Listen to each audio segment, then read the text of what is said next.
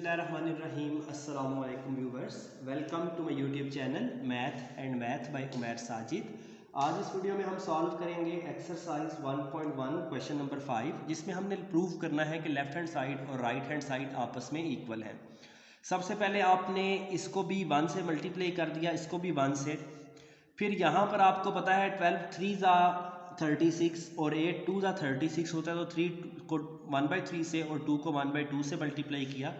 उसके बाद 3 1 ज़ा 3, नीचे 3 इसको इस फॉर्म में लिखा। 12 को 3 से, 7 को 3 से मल्टीप्लाई किया, फिर 1/36 लिखा, यहाँ से कॉमन लिया और ये आपके पास राइट हैंड साइड बन गई। तो अब बात आती है, जितने भी हमने स्टेप्स यहाँ पर लिखे हुए हैं, हर एक में कोई प्रॉपर्टी यूज़ हुई है, तो आपने वो प्रॉपर्टी जस्टिफाई करनी है। ठीक है, जो मेजर इसमें काम होता है, क्वेश्चन इंप्रूव करने के डिफरेंट मेथड्स हैं। आप डिफरेंट मेथड से कर सकते हैं, एलसीएम लेकर, कॉमन लेकर भी काट सकते हैं, लेकिन जो भी आप इसमें करें उसमें आपको प्रॉपर्टी का नाम पता होना चाहिए। तो सबसे पहले आपने लेफ्ट हैंड साइड को लेफ्ट हैंड साइड के इक्वल ही लिखा है। तो यहाँ पर जो प्रॉपर्टी आपने यूज़ की है, ये पेज नंबर 8 पर आपको लिखी मिलेगी। पेज नंबर 8 पर 4 लिखा है, प्रॉपर्टीज ऑफ इनइक्वलिटी। उसमें पहली प्रॉपर्टी है कि कोई भी रियल नंबर अपने ही इक्वल होता है। ये प्रॉपर्टी कहलाती है रिफ्लेक्सिव प्रॉपर्टी। रिफ्लेक्सिव प्रॉपर्टी है ये। आपने रिफ्लेक्सिव प्रॉपर्टी यूज़ करके लेफ्ट हैंड साइड को लेफ्ट हैंड साइड के इक्वल ही लिखा।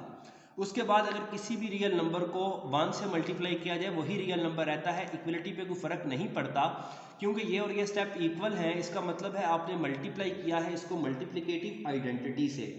तो यहाँ पर हम लिख देंगे, जो हमने स्टेप यूज़ किया है वो है मल्टीप्लिकेटिव आइडेंटिटी। मल्टीप्लिकेटिव आइडेंटिटी हमने स्टेप यूज़ किया है, क्योंकि हमने मल्टीप्लाई किया है मल्टीप्लिकेटिव आइडेंटिटी से।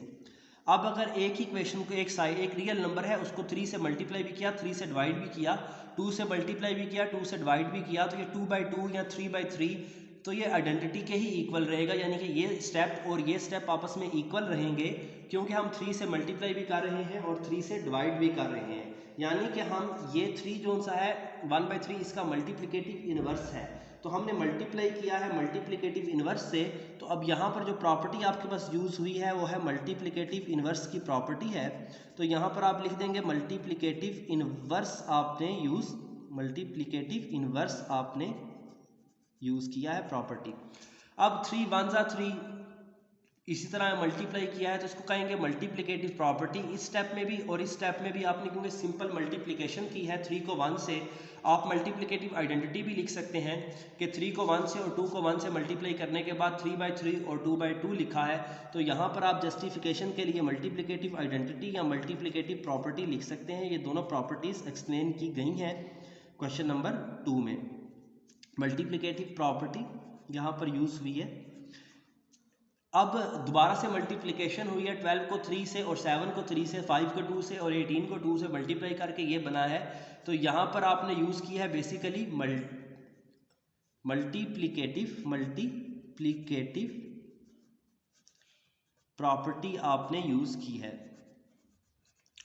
उसके बाद आपने 1/36 और 1/36 की फॉर्म में यूज़ किया है, यानी कि दोबारा से आपने मल्टीप्लिकेटिव आइडेंटिटी की फॉर्म में इसको चेंज किया है।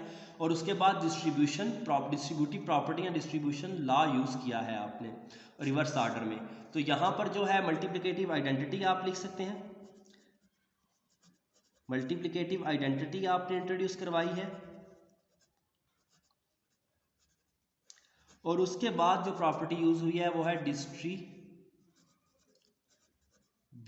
लॉ यूज़ किया है आपने, डिस्ट्रीब्यूशन लॉ, और ये रिवर्स ऑर्डर में आपने यूज़ किया है। उसके बाद दोबारा से इसको 1 से मल्टीप्लाई और नीचे मल्टीप्लाई करके आपने लिख दिया है।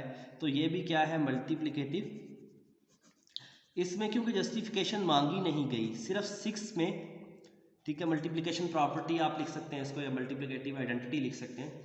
तो जस्टिफिकेशन अगर आप नहीं भी लिखते तो आपका काम चल जाएगा, जस्ट आपने अपनी मर्जी के स्टेप्स करके इसको सॉल्व कर देना। इसलिए क्वेश्चन बोर्ड के पेपर में आने वाला नहीं है, कंसेप्ट से रिलेटेड है, और ये पहली ही एक्सरसाइज बंदे को थका देती है, मैं इस चीज़ को समझता हूँ।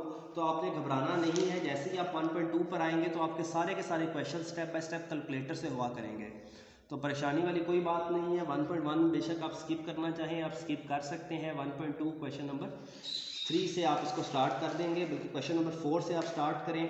1.2 क्वेश्चन नंबर 4 से ऑनवर्ड 5 करें, ठीक है, 1.3 करें, 1.2 4 से ऑनवर्ड और फिर 1.3 करें। सारी एग्जांपल्स वगैरह करने के बाद लास्ट में आप 1.1 करें तो इससे आपको कन्फ्यूजन नहीं होगी, आप थकावट नहीं होगी, आपको एक रिदम बन जाएगा, आपके दिमाग में पहला कंसेप्ट ये बैठेगा कि मैथ आसान है। तो जब मैं प्रैक्टिकली स्टूडेंट्स को करवाता हूँ तो मैं यही रिकमेंड करता हूँ कि आप 1.2 क्वेश्चन नंबर 4 से इसको सॉल्व करना शुरू करें, आगे क्वेश्चंस करके आप फिर रिवर्स ऑर्डर में आएँ।